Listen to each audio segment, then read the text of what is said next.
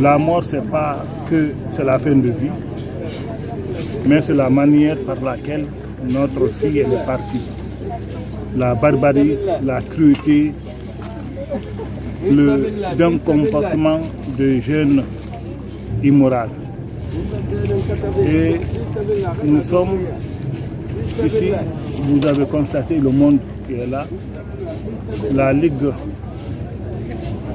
des affaires religieuses, le secrétaire des affaires religieuses est fortement représenté. Toute la direction, le cabinet, et ce matin, les membres du gouvernement étaient à la levée du corps.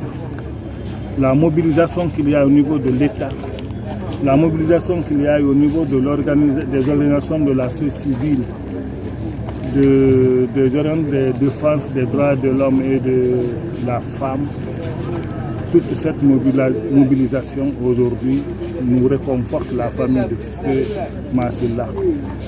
On est d'autant réconforté que on est en train de la mettre dans sa tombe. Elle rejoint sa dernière demeure. On est réconforté qu'aujourd'hui, le combat commence pour Massila. Le combat commence pour qu'il n'y ait jamais ça. Le combat commence pour dire non à toutes les formes de violence faites aux femmes et aux filles. C'est le début. On est réconforté parce que c'est un déclic aussi que la situation, la problématique de la santé, ça sera évoqué, ça sera discuté, les cliniques dans les quartiers, ça sera discuté. On se réjouit, pas de la mort, mais de la mobilisation, de la forte mobilisation que Massila a fait l'honneur. Vous avez vu depuis le début, c'est le ministre de Madame la ministre de la Justice, tous les membres du gouvernement. C'est elle qui a conduit la délégation. Le déplacement de Madame la ministre de la Justice n'est pas seulement que pour des simples condoléances. C'est pour dire que la justice fera son travail. C'est pour dire que la justice jouera son rôle. Et la famille se remet entièrement aux autorités compétentes, à la disposition des autorités compétentes pour la suite à suivre. Je profite de votre antenne pour présenter les condoléances à la famille biologique et à tout le peuple de Guinée au nom de la Fédération nationale des cliniques privées. Parlant de votre question, c'est une situation déplorable. Déplorable parce que le défi est énorme.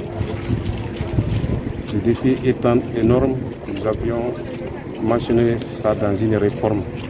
Comment doivent être les structures sanitaires privées. Vous dites clinique privée, mais nous, on connaît ce qui est clinique, ce qui est cabinet médical, ce qui est cabinet de soins. Dans ces défis, on a trouvé une résolution sous forme de mémorandum déposé au ministère de la Santé à 3 ministres sortants sans suite. Sinon, ce qui arrive ici, là, on avait prévu dans ce mémorandum. Ce n'est qu'à l'avènement des nouvelles autorités actuelles, là, on a exposé ça lors de la rencontre entre CNRD et les forces vives de la nation, en l'occurrence les médecins pharmaciens, que le président de la République, très sensible à l'exposé de ce mémorandum-là, il a accordé une direction nationale aux cliniques privées.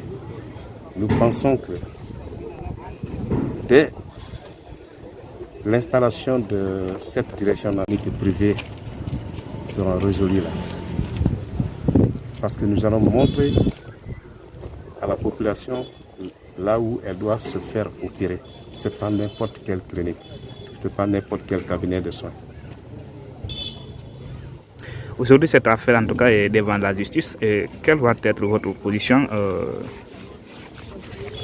Nous nous sommes constitués en partie civile du côté de la famille biologique. Et donc, on n'entrave pas la justice. chacun est responsable de ses actes. Ils ont fait un viol. Ils ont avorté. Ils ont perforé les intestins.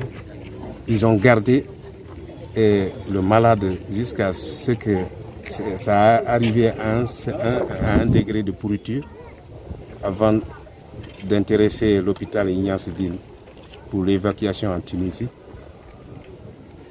C'est condamnable. Merci beaucoup, docteur. C'est moi qui vous remercie.